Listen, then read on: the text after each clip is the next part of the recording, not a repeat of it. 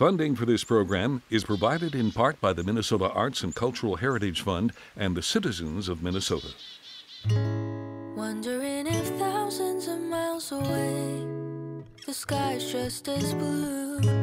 It's as if I'm stuck in yesterday when I'm thinking. Coming to you from Rochester, Minnesota, When you have your morning coffee. RTown. Turning out the lights so I could dream. And when you smile through the screen. Earlier this week, Danielle Teal had the opportunity to sit down with Interim Superintendent of the Rochester Public Schools to discuss the upcoming school year amidst the pandemic. Here's that interview now.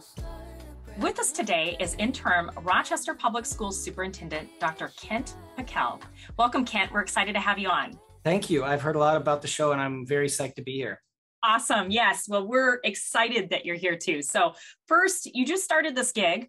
Can you share a little bit about yourself and what you walked into on the first day of work? You know, my career in some ways can be best described as having lived in three parts of a triangle that don't connect very often in American education, but should. And one is practice. I started as a high school teacher. I still think that's the center of where it all happens.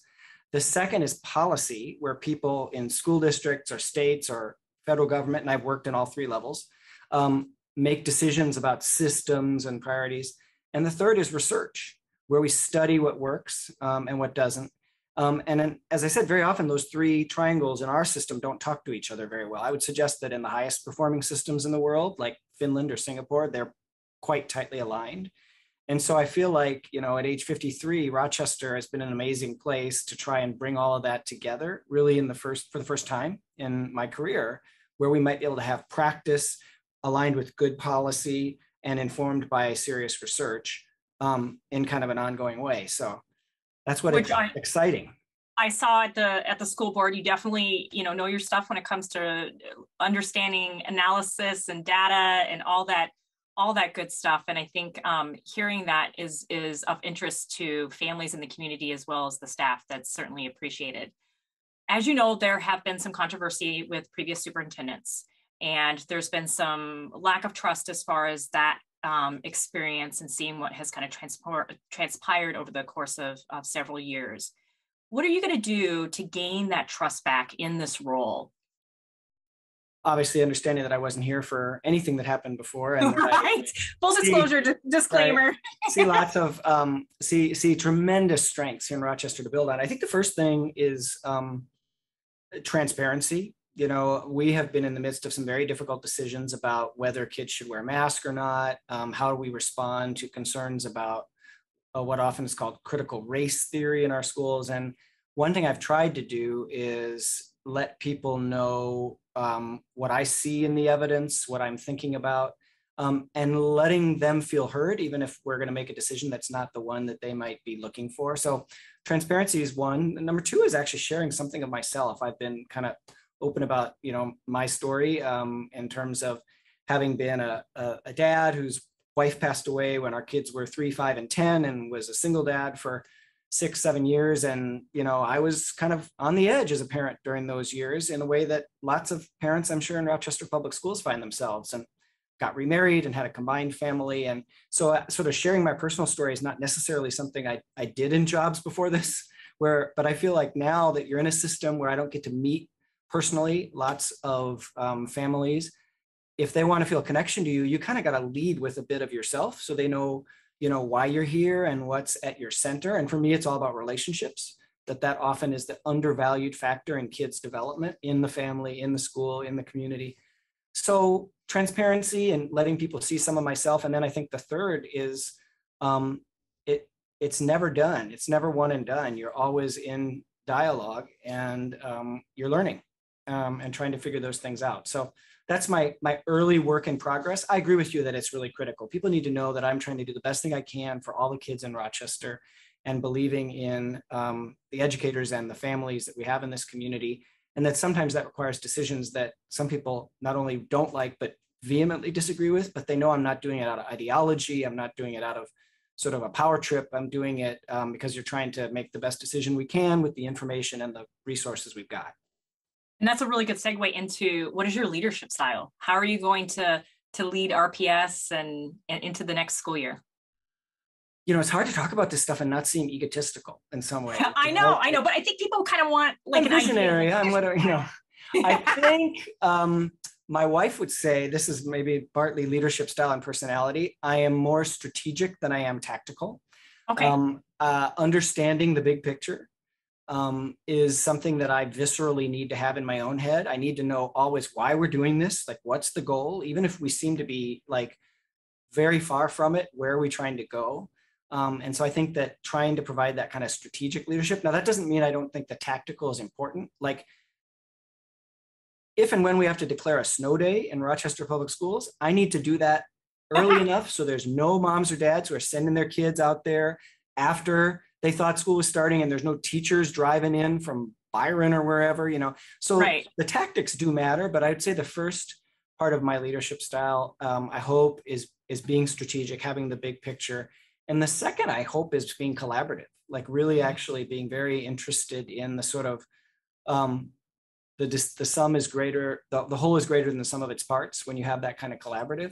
I actually think the two of those link together. If you don't have a strategic vision of where you're going, collaboration for collaboration's sake eventually just frustrates everybody. Like we're just kind of going in circles. And you can do a lot, especially in education, where a lot of us get into it because we're kind of optimists. You can do a lot of kumbaya, we're going to collaborate. But if you don't have a serious vision of where you're going and ways to measure it, that collaboration can kind of turn at minimum a waste of time and even kind of toxic. So hopefully it's the combination of the two. We have a clear vision, we know where we're going, and we're really working together to figure that out in practice. Okay, so I think one of the tactical things is doing the snow day announcement the night before so we can all go to bed, sleep in. I actually totally agree with you. And I would, if that is possible, I will absolutely do that. So awesome. Well, it's funny because my daughter just graduated, my youngest just graduated from St. Paul schools, where I actually went, and she's like, now you become a superintendent when I'm done with K-12 education. I never got a snow day. So maybe on behalf of my own kids, I'll be able to give some snow days to kids of Rochester. Yeah. Redemption. All right, Kent, we're going to take a short break, but we'll be back after the break.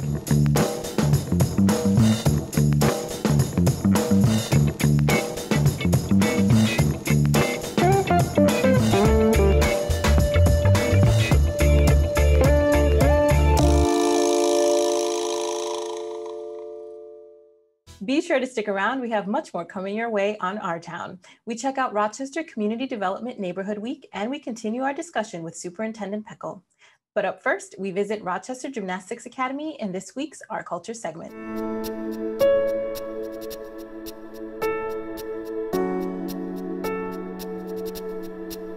I enjoy just watching her in all her events. I particularly like the floor. I think that's something she is really enjoying, and bars is the other one she really enjoys doing. So it's fun to watch her do that and see how she progresses and how excited she is about it. She's always a very active girl. She loved being out in the playground. She loved swinging, she loved jumping. She had a lot of energy.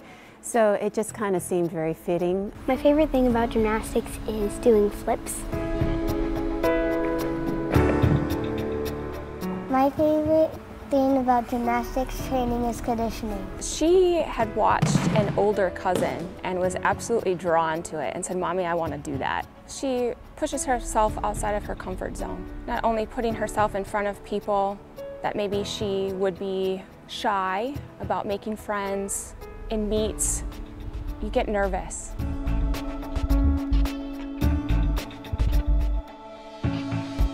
I like to get stronger. It's fun, active, and you can make a lot of friends. Gymnastics in general, I would say for any kid that wants to do it, you gain a lot of skills, strength, conditioning, listening, teamwork. Even though a lot of it is individual, a lot of it is a team effort. This group of girls, they work really hard because these skills don't come easy. So I think it's just a wonderful opportunity for the kids to, as I said, to use their energy, to develop confidence, develop their motor skills, be with friends in a non-school environment.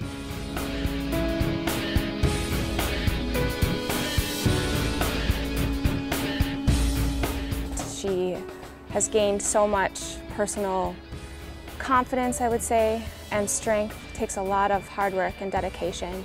So being able to listen to her coaches, follow directions, follow the rules, and I think they flow into other aspects of her life as well, whether it be at school or other things outside of gymnastics. Being able to listen and follow directions and be respectful of the adults. With gymnastics, you realize with a lot of time and effort that you can do more than you ever thought you could.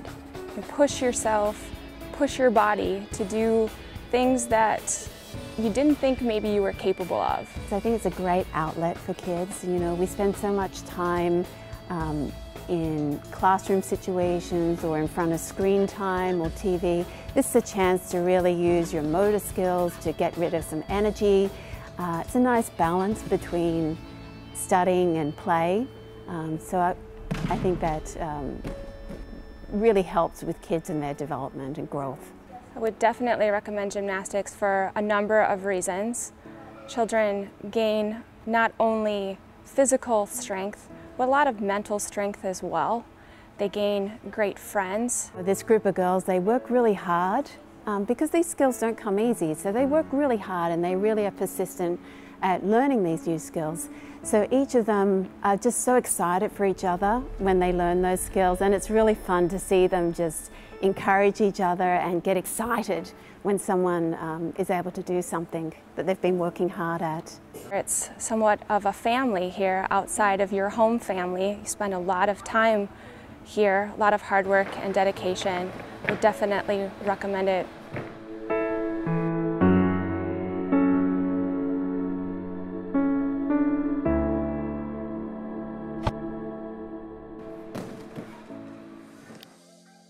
For more information about this story and other RTown features, connect with us on Facebook, Twitter at KSMQ #RTown, or ksmq.org/RTown.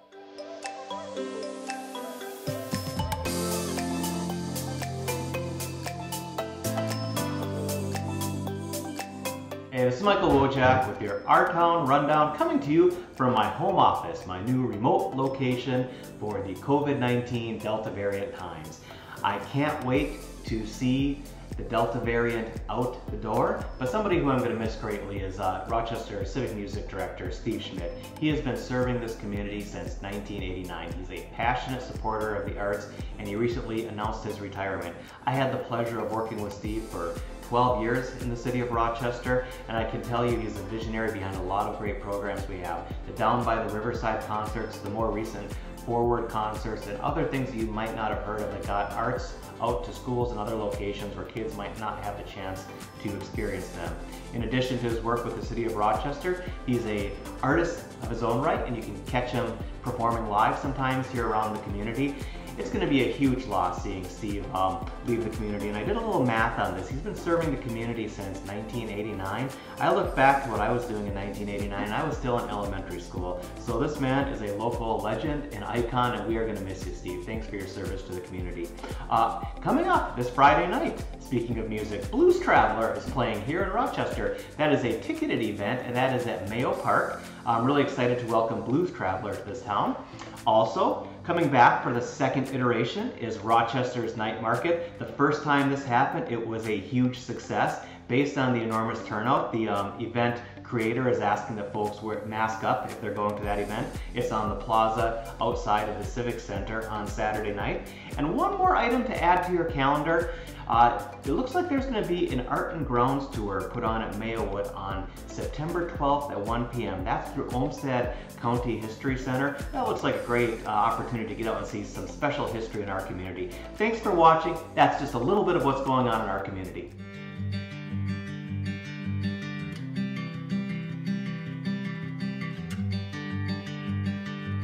Hi, I'm Danielle Teal with the Town Walkabout, and we're talking to our guest remotely from somewhere in Rochester. So, Emma, okay, go ahead and introduce yourself and what you're up to, what's your job, and where you're at. My name's Emma Miller-Schindler. I'm a planner with community development. And today I'm at McQuillan Park, and we are hosting an engagement event for our Unified Development Code project.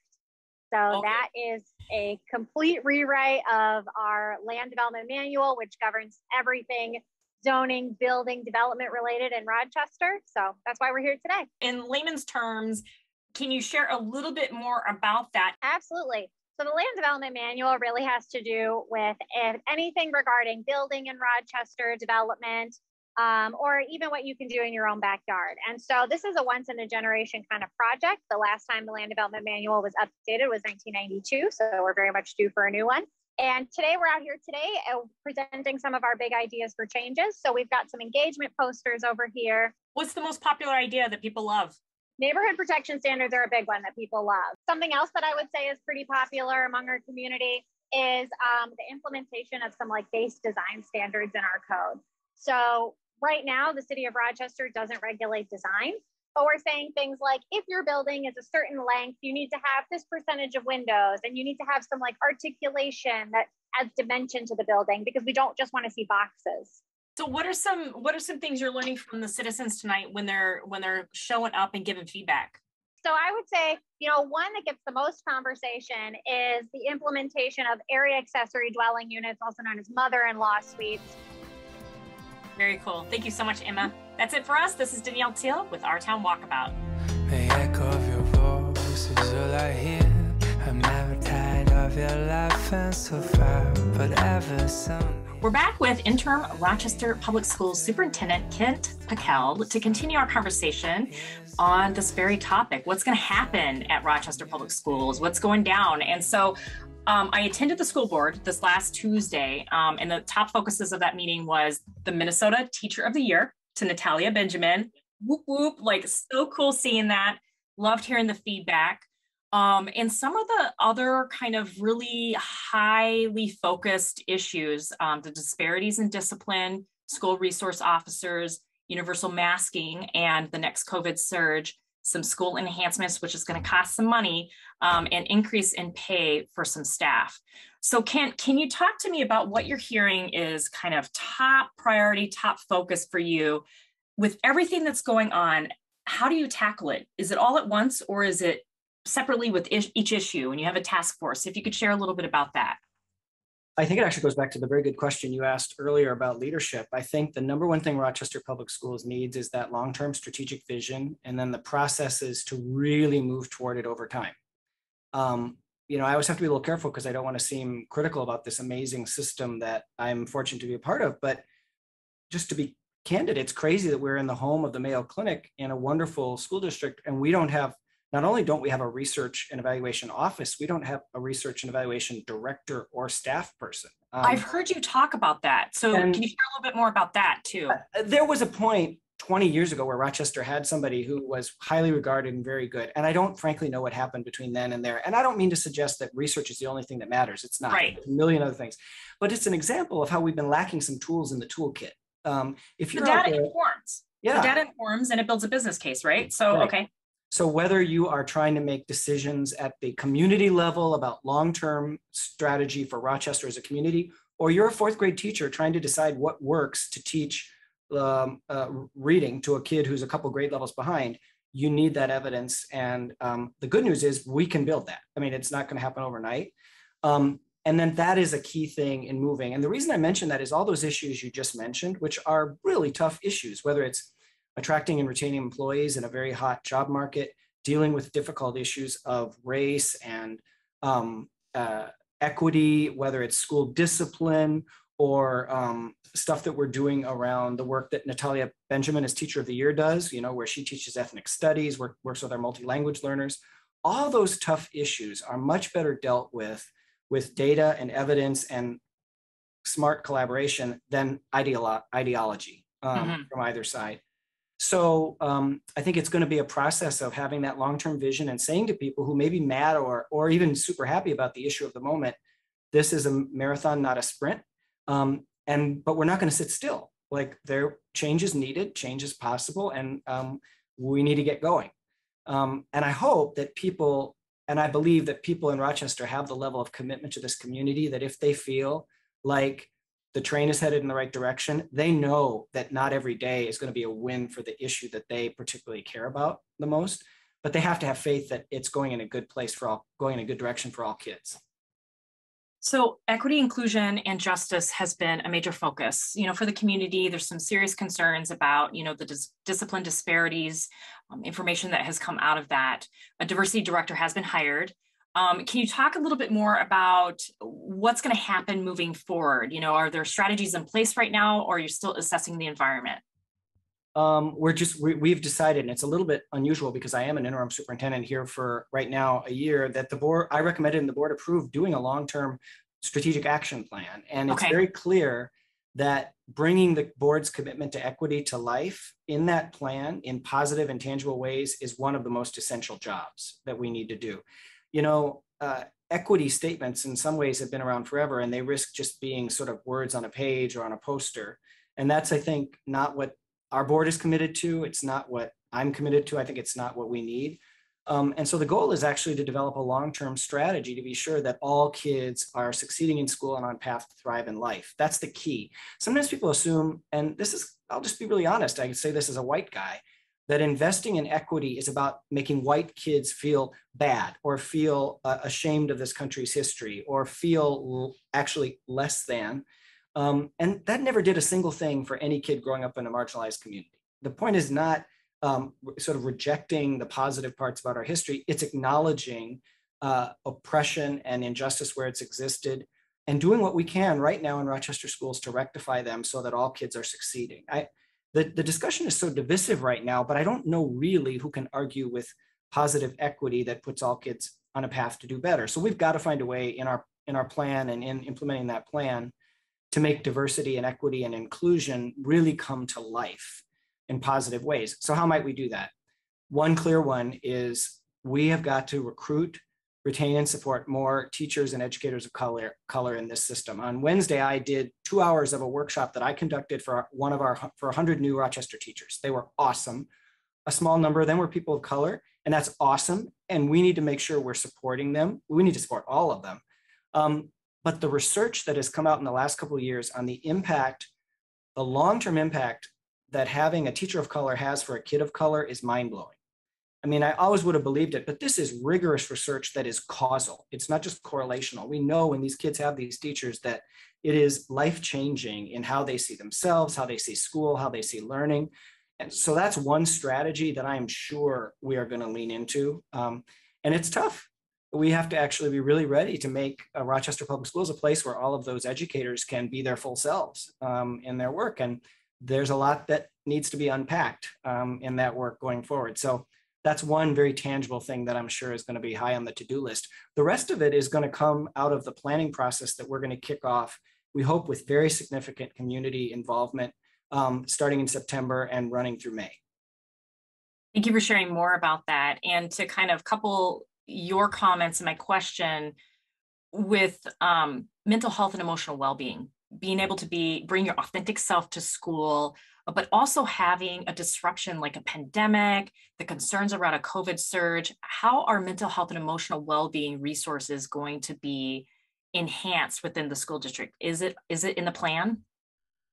The plan isn't developed, so that's a huge question. I'm sure we'll be thinking a lot about it. Let me just, first of all, agree with the premise of your question, that if we've learned one thing over the course of this pandemic, it's that mental health is a top-tier concern. It's a top-tier concern for parents. It's a top-tier concern for educators. And actually, it's not just the mental health of kids, it's also the mental health of our educators. Absolutely. So what do we do about it? In some ways, there's something in the nerdy world of sort of improvement and research that I've lived in called sort of a pyramid of interventions, and that there's what everybody gets at the bottom. And then if you have more needs, as you go up the pyramid, you get more support. So at the bottom, every kid, every staff member in our schools needs a welcoming environment, needs those strong relationships, needs that sense of purpose.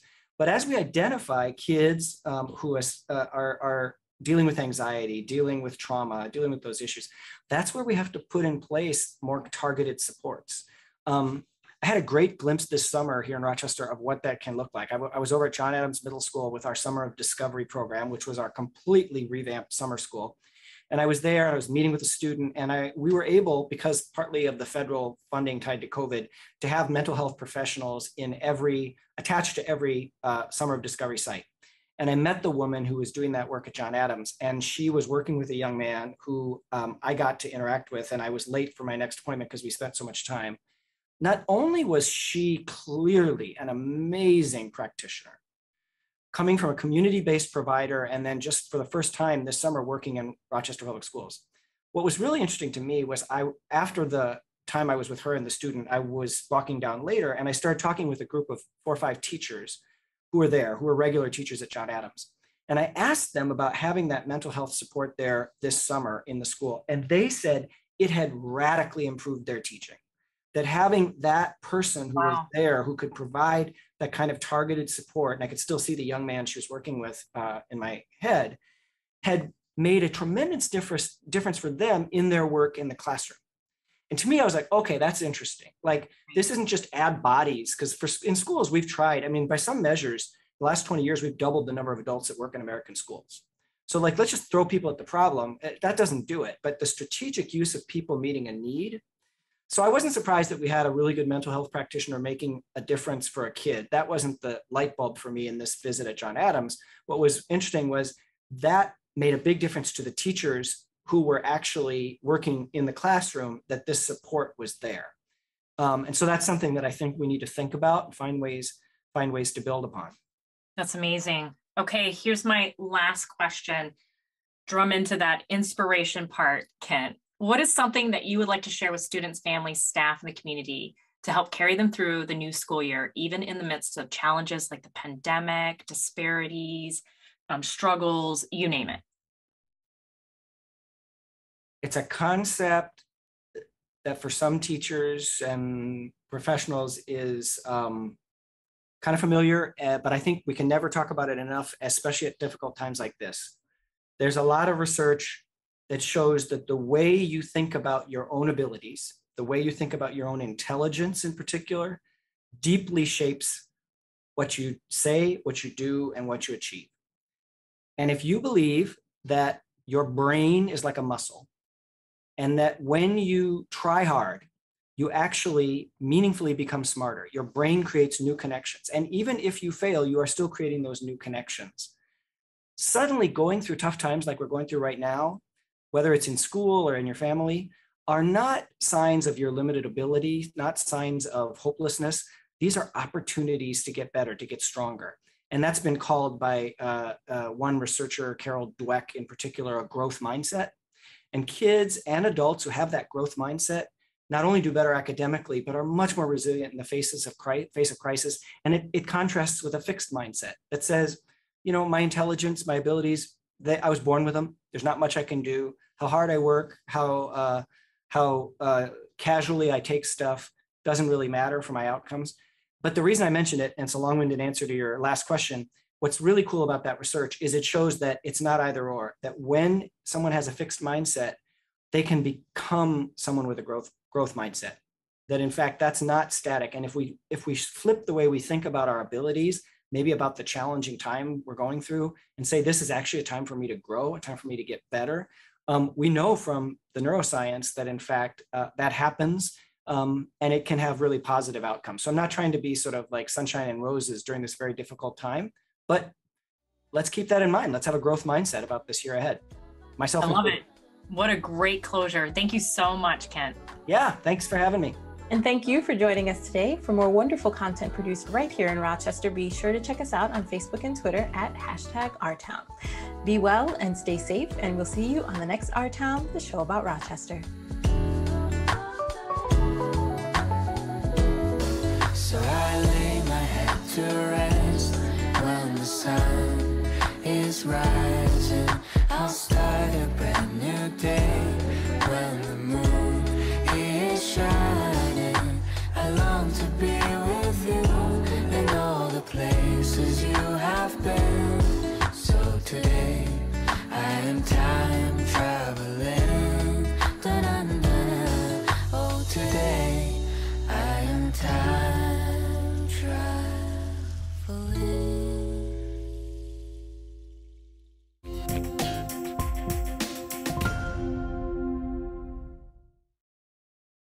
Funding for this program is provided in part by the Minnesota Arts and Cultural Heritage Fund and the citizens of Minnesota.